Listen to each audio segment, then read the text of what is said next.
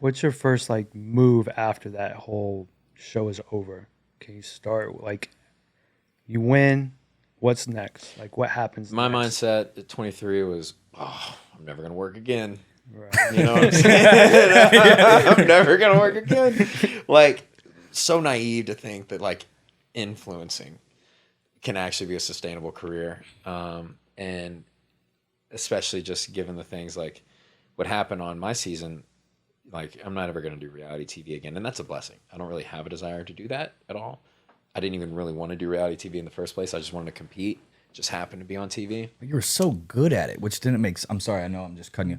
No, Him you're just good. in front of the camera, like you would see this kid from Nashville, and it's like It looked like you've been in front of the camera a million times.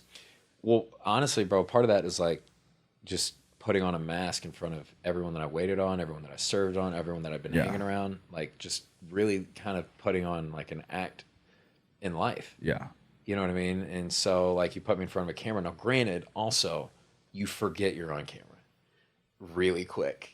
You really do. Like, it takes maybe an hour, you know? yeah. But my mindset was like, you know, I'm never going to work again.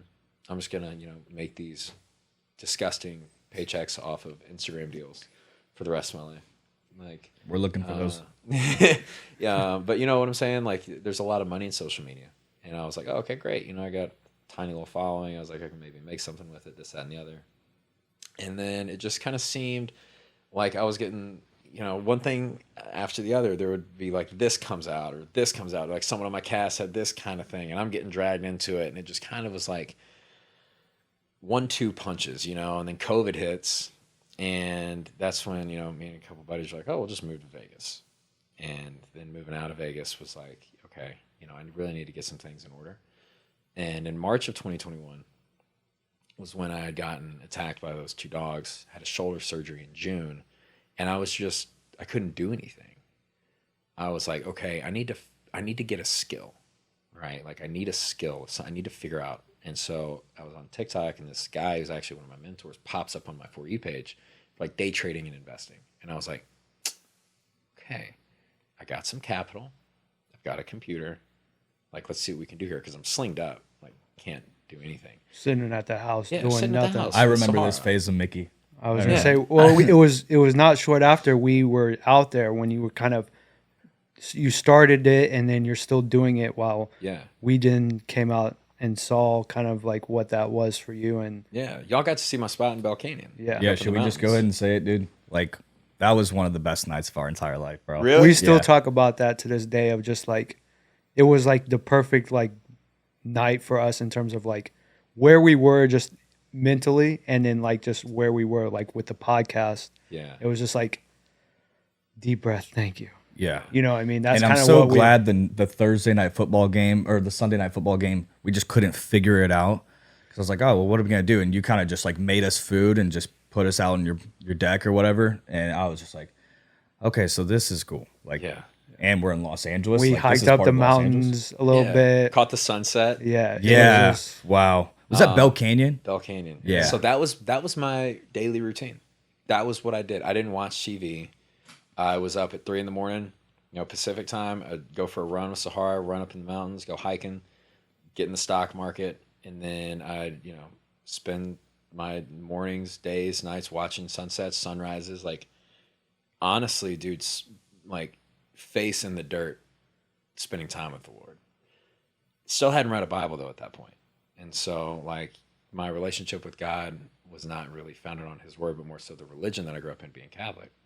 Still hadn't read His Word though, but like that was my routine. That was my jam. Like, I had no cell signal, and just like working on that, and just being present. And dude, that house, that location up in the mountains, single-handedly was one of the best things.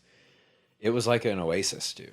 You know, and I'm so glad y'all got to experience that too, because you got like a night of that. You know what I mean? And it's just like healthy.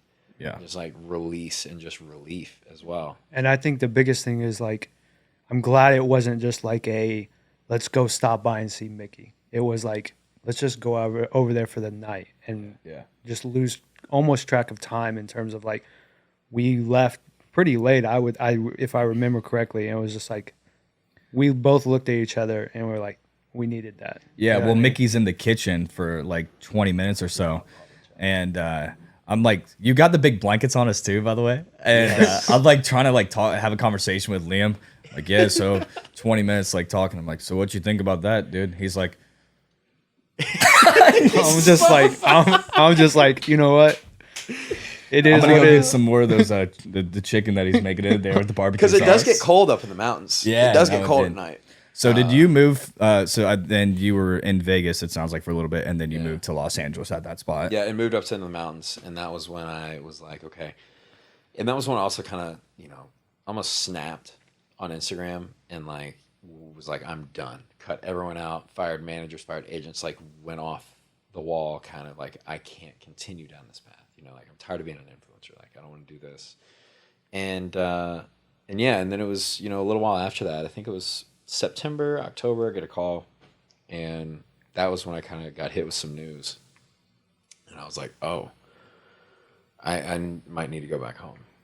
And didn't really know what I was going to do. Didn't know how everything was going to work out. And a good buddy of mine, Tony, had given me what's called like this fast track. And it's Genesis to Revelation in 90 minutes. And I'd never read the Bible. That fast track sat on my desk for like 4 months. And I get this call, and I'm looking over, and I'm like, I should probably read this. So I started, read it, finished in like an hour and a half. I read it 4 more times, where it kind of breaks down just like a quick synopsis of the Bible, start to finish. Read it 4 more times. I was like, all right, I'm ordering a Bible. And so I realized I was going to have to move out of this house, and I was going to have to go back home to Nashville. And so I'm in Genesis, slinged up, can't do anything, no job, no idea what I'm going to do, and getting all my stuff loaded up into a storage unit to literally go back home to Nashville with a one-way ticket, reading Genesis on the flight, but to live at home with my parents. And you want to talk about like humbling. And ultimately, it was a lot of poor decisions that led me there, and poor money management, and just winning $500,000 in front of 7 million people, to then having to go back home and live with your folks in the house that I grew up in, and like the room that I was in high school. Hey, Mom, I'm back. Yeah. Yeah, legit, and like prodigal son. Yeah. And so